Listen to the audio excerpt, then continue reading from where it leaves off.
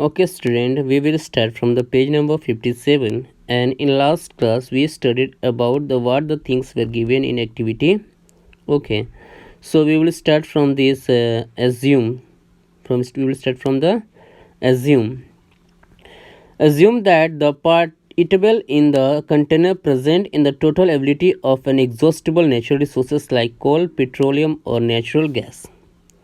तो इमेजिन कीजिए, मान लिया जाए कि जो खाने की जगह पर नेचुरल रिसोर्सेस होता है, जैसे कि आपका कोल हो गया, पेट्रोलियम हो गया और नेचुरल गैस हो गए, और उसी को यूज़ किया जा रहा है। एक जनरेशन के बाद दूसरा जनरेशन आया, दूसरे जनरेशन तीसरा जनरेशन आ रहा है, उसको लगातार यूज़ कर रहा है, तो क्या होगा? ईच ग्रुप में have a different consumption patterns. तो हर एक जनरेशन ने कहीं ना कहीं अलग अलग तरीके से उन सारी चीज़ों को यूज़ में लाया है। Are the earlier generation of your group any group too greedy. क्या कोई ऐसा जनरेशन था जो काफ़ी लालची हुआ, ये लालची था? It may be that the earlier generation in some group were concerned about the coming generation and left some things for them.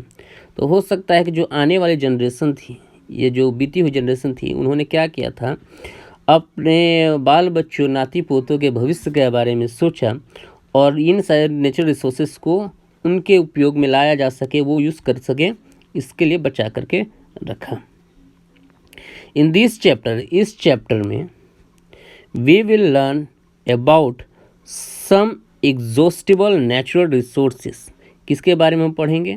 कुछ ऐसे एग्जॉस्टिबल, जो ख़त्म होने वाले नेचुरल रिसोर्सेस के बारे में अध्ययन करेंगे, जैसे कि आपका कोल, पेट्रोलियम एंड नेचुरल गैस। जैसे कि आपका कोल हो गया, पेट्रोलियम हो गया और नेचुरल गैस हो गया। इन तीन चीज़ों के बारे में हम लोग पढ़ेंगे। फोसिल, ये बहुत ही इंपॉर्टेंट वर्ड है, इसको समझने की कोशिश करनी है। This were formed from the dead remains of living organism. ये जो सारी चीज़ें बनी हुई हैं, जैसे कि आपका कोल हो गया, पेट्रोलियम हो गया, नेचुरल गैस हो गया। मैं क्या कर रहा हूँ, ये जो आपका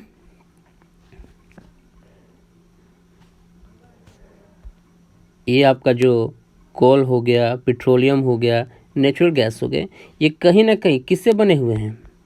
हाँ, तो ये कहीं ना कहीं आपके जो dead remaining of living organisms, किससे बने हुए हैं? Dead remaining of living organism, और उन्हीं को कहा गया है fossils. So they are also known as fossil fuel, इसीलिए इसको कहा जाता है फुजल फ्यूल भी कहा जाता है। फुजल मतलब क्या हो गया? The dead remain of living organism. ध्यान देने की वाली चीज़ है, इसको ध्यान मार्क करके रखना, अपने माइंड में रखना है। Now we will start from the coal. कहाँ से स्टार्ट करेंगे? अब हम लोग कोल से स्टार्ट करेंगे। We will start from the coal.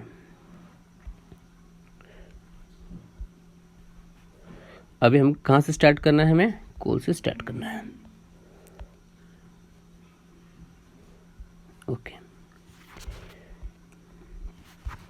You may have seen, क्या कह रहा है?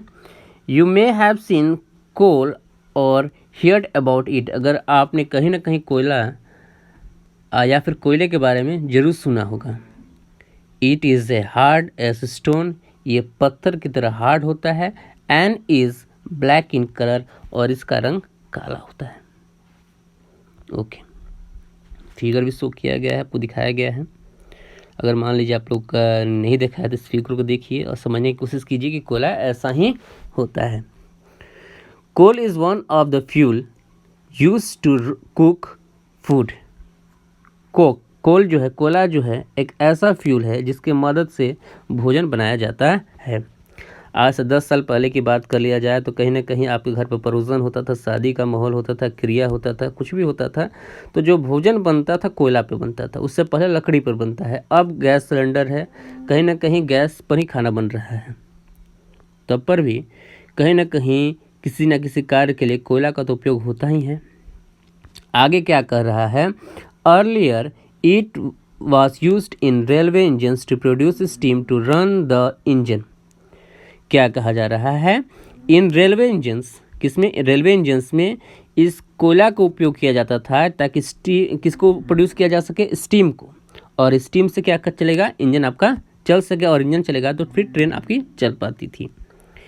It is also used in a thermal power plant to produce electricity. Thermal power plant में कहीं न कहीं इलेक्ट्रिसिटी की उत्पत्ति के लिए, इलेक्ट्रिसिटी प्रोड्यूस करने के लिए कोयला का यूज़ किया जाता था। Coal is also used as fuel in various industries. कोयल कहीं न कहीं बहुत सारी इंडस्ट्रीज में फ्यूल के रूप में उपयोग में लाया जाता है। स्टोरी ऑफ कोल, कोयला आपका कैसे बना है, इसका उत्पत्ति कैसे हुई है। Where do we get coal from and how is it formed. आपको कोल कहाँ से मिला और ये कैसे बना। About 300 million year ago, 300 million पूर्व, कहानी कहा जा रहा है, इसको सुनिए। The earth had dense forest in low lying wetland areas. धरती पर जंगल, घना जंगल था। उस घना जंगल कहाँ था, तो जहाँ वेटलैंड, जहाँ पर पानी भरा हुआ होता था, जहाँ गीला मिट्टी होती थी, वहाँ पर ड्यू टू नेचुरल प्रोसेस, कहीं ना कहीं प्राकृतिक किसी प्रक्रिया के कारण से, लाइक फ्लडिंग, बाढ़ आना, this forest got buried under the soil, ये जो था जंगल पूरी तरीके से मिट्टी के अंदर दब गया। एज मोर सॉइल डिपोजिट अंडर देम, धीरे धीरे उसके अंदर क्या हो गया, मिट्टी उसके ऊपर चढ़ता गया, जमा होते गया। दे वेर कंप्रेस्ड, और वो क्या हो गए, दब गए। The temperature also rose as the sank deeper and deeper, जैसे जैसे वो जंगल मिट्टी के अंदर दबता गया वैसे वैसे टेम्परेचर भी बढ़ता गया। धरती के अंदर जलते जाइएगा, चले जाइएगा तो टेम्परेचर बढ़ते जाता है, टेम्परेचर भी बढ़ते गया। Under high pressure and high temperature dead plant got slowly converted to coals. Under high pressure, pressure बढ़ता गया, टेम्परेचर बढ़ता गया, और जो डेड प्लांट्स जो थे वो धीरे धीरे कोयला का रूप ले लिए। As coal contain mainly carbon, मुख्य रूप से कोयले के अंदर कार्बन होता है। The slow process of conversion of dead vegetation into coal is called carbonization, और धीरे धीरे जो आपका था डेड वेजिटेशन कोल के रूप में कन्वर्ट हो रहा है, इस प्रक्रिया को कार्बोनाइजेशन कहते हैं। Since it was formed from the remain of vegetation, coal is also called fossil fuel. मुख्य रूप से जो आपका कोयला बना है वो किससे बना हुआ है, वेजिटेशन बना है। वेजिटेशन मतलब जो है सजीव पेड़ पौधे, उससे बना हुआ है, इसलिए कोल को भी फॉसिल फ्यूल कहा जाता है। A coal mine is seen in figure 5.2, और 5.2 फिगर में कहीं ना कहीं माइन, कोल माइंस है, उसका फिगर दिया गया है, उसको आप लोग देखिए।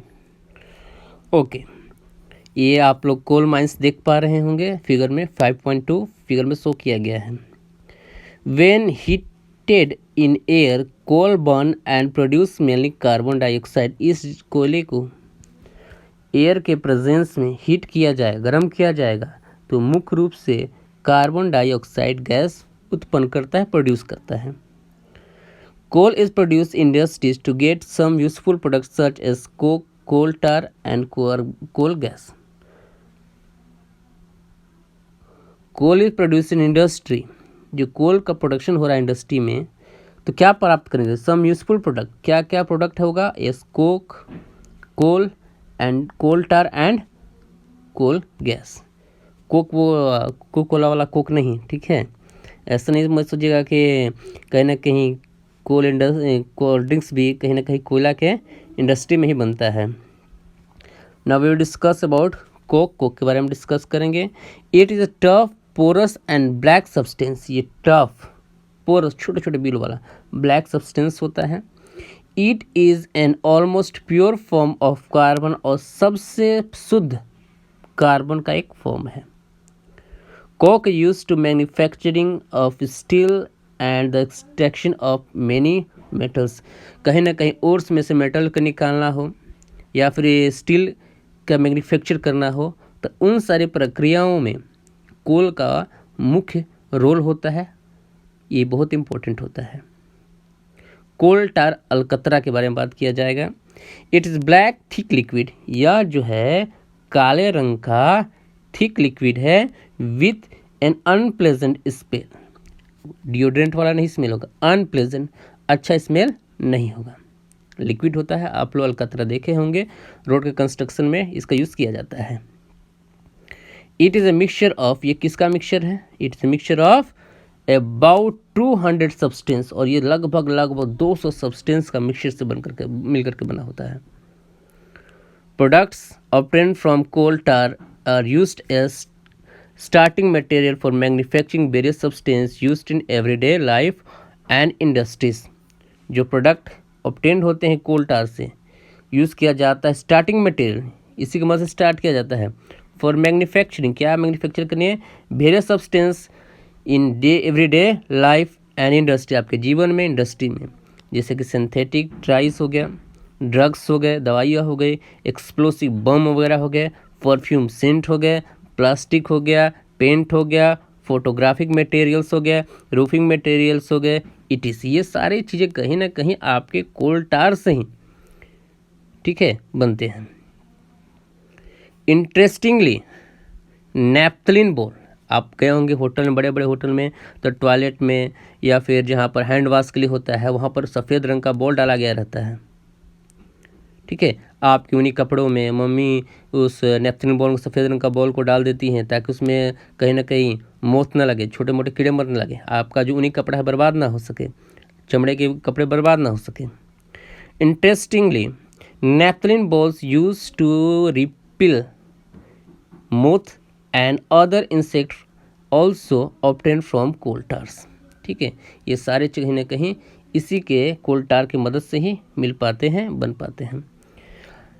These days bitumen a petroleum product, आज के दिन में एक नाम दिया गया है, बिटुमिन ए पेट्रोलियम प्रोडक्ट है, used in place of coal tar for melting the metalling the roads को बराबर करने के लिए इसका यूज़ किया जा रहा है, ठीक है। Coal gas is obtained during the process of coal to make coke. ध्यान से सुनिए क्या कह रहा है, कोल गैस कहाँ प्रोड्यूस हो रहा है? इज ऑब्टेन ड्यूरिंग, कब ऑब्टेन हो रहा है? During the process of coal to get coke, जब कोल से आप कोक प्राप्त करने की कोशिश कर रहे हैं उसी समय में कोल गैस को ऑब्टेन किया जाता है। It is used, next page में देखेंगे, coal gas was used to street lightning in the first time in London in 1910, 1810 में पहली बार स्ट्रीट लाइटिंग में इसका यूज़ किया गया था, कोल गैस का यूज़ किया गया था। एंड इन न्यूयॉर्क अराउंड 1820, 1820 में न्यूयॉर्क में यूज़ किया गया था। नाउ डेज, आज के दिनों में, it is used as a source of heat rather than light के जगह पर आज के डेट में कोल गैस का उपयोग गर्माहट प्राप्त करने के लिए किया जा रहा है। Okay, thank you.